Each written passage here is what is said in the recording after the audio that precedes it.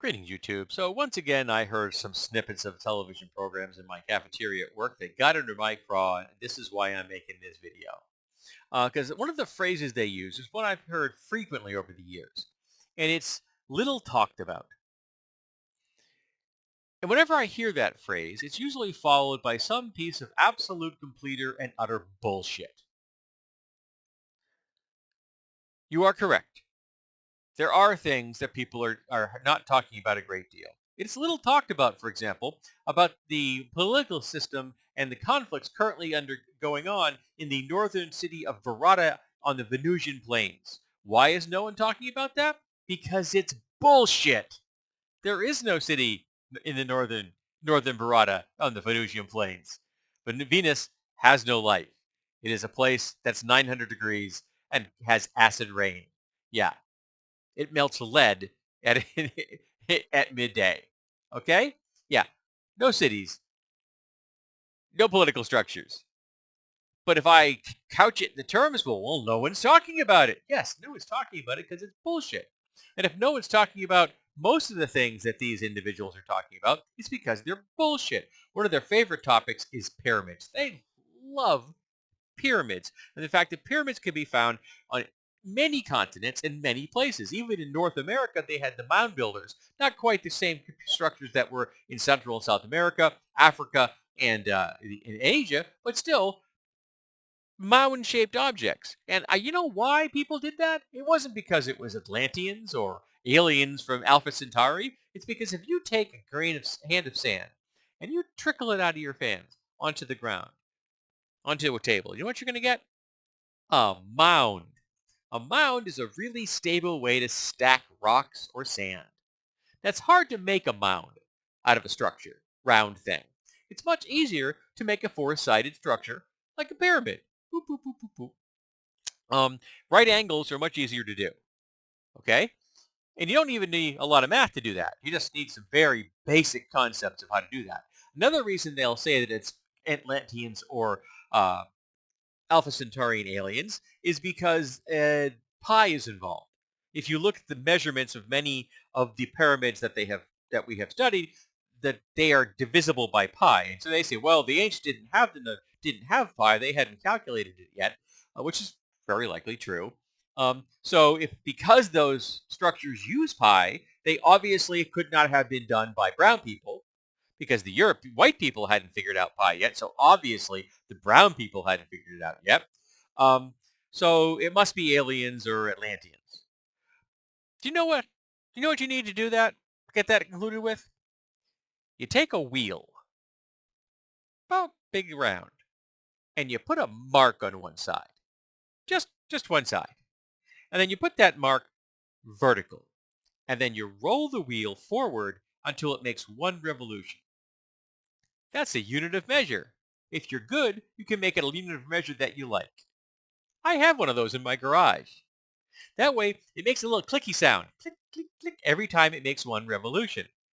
The ancients had that too, because it was a really efficient, effective way of measuring distances. And since they're using a wheel, that means you've factored in what to your equations? That's right, pi, without ever having discovered it. It's right there, folks. Yes. So, yeah, there's a reason we don't talk about this. But another part of this aspect is that seem to have this concept that some quack in their backyard shed is going to come up with some insight that thousands of researchers have not done in the hundreds of years we've had since the advent of the scientific method, not to mention the more ancient traditions of scientific research that were done all over the world. Okay? They think that guy is going to come with something that the researchers missed. Now, I can't say it's not possible. Anything is possible. But the probability is remarkably low that some backyard quack is going to discover something in their shed. It's possible that all of the air molecules in this room will suddenly rush to that side. Also stopping them. Absolutely. There's no reason that couldn't happen. I'm not willing to put money on that any more than I'm willing to put money on that quack in his backyard shed. You also have to look at this from the standpoint of research. If you are a researcher, part of what you do is you want to do research papers. You want to get grants, you want to do research papers, or you're trying to get your dissertation, you're doing research for your dissertation. So you need to come up with something to study. Obviously, you're going to come up with something to study within your field. But the point is, there are hundreds of fields of research, and there are thousands of researchers every year, all desperately trying to find something that somebody else hasn't covered so that they can get published, get a name for themselves, or at least get their doctorate, and then go on and do more research and get a name for themselves. Among professors, the phrase is often heard is publish or perish. You have to keep making papers to keep your division, your department getting funding. Because if you're just sitting back on your laurels, people will send their funding somewhere else. They don't want to fund a guy that's not doing anything. They want to refund researchers that are out there making changes, coming up with new concepts. They want a return on their dollar, even if that return is more grants, more research, yada, yada, yada. So all the low-lying fruit, all the low-hanging fruit out there of research was plucked a long time ago. In the early part of the 19th century and 20th century, those researchers' projects are long gone. Okay? There's a reason the titles of current research projects keep getting longer and longer and longer and more convoluted because the focus keeps getting narrower and narrower and narrower because over time, it's getting more difficult to come up with something that's truly original because so much of the broad topics have already been covered. So if the average layperson could just go out there and discover something that no one's ever seen, that would be pretty amazing because all the things that they could probably grasp from the standpoint of their educational level is they're done.